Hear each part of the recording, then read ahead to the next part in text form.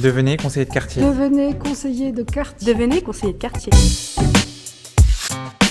Je trouvais que c'était important qu'on aide les uns à se rencontrer et pour cette belle ville qu'est Levallois, et bien qu'on puisse tous bien vivre ensemble. Alors tout simplement, je suis née à Levallois et j'ai grandi au quartier Alsace. Et pour moi, c'était une évidence de m'investir et de m'impliquer dans la vie de mon quartier et ainsi contribuer au bien vivre des habitants. Pendant la période du Covid, où face à cette pandémie, on a bien vu que la solidarité et l'engagement local, c'était hyper important. Alors je me suis dit, pourquoi pas y contribuer à mon échelle en tant que conseiller de quartier. Il y a de force de proposition pour améliorer le bien vivre ensemble à Levallois.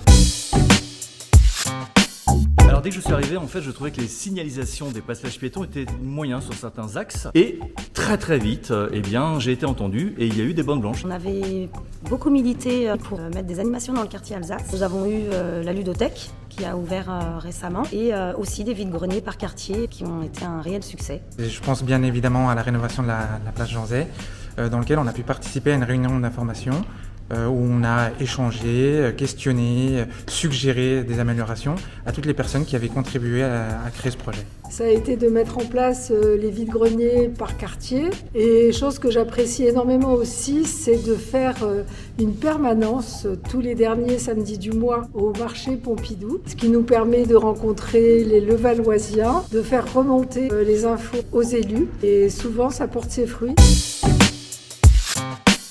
L'équipe, on s'entend tous très bien, on se voit beaucoup en dehors des réunions officielles et on essaie d'avancer vraiment, sérieusement, concrètement sur vraiment le bien vivre ensemble.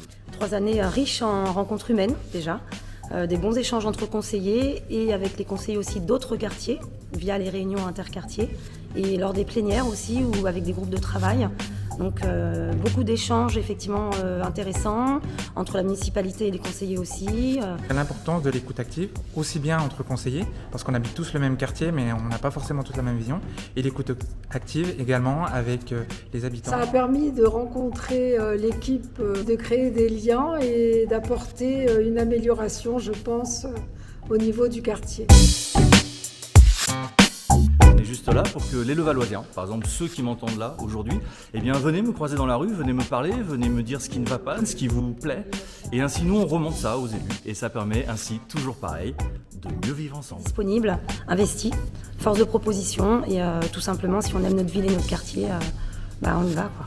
Je dirais, soyez persévérants parce que les changements souvent prennent du temps. Participer à la vie de quartier pour notre beau village de Levallois que j'aime.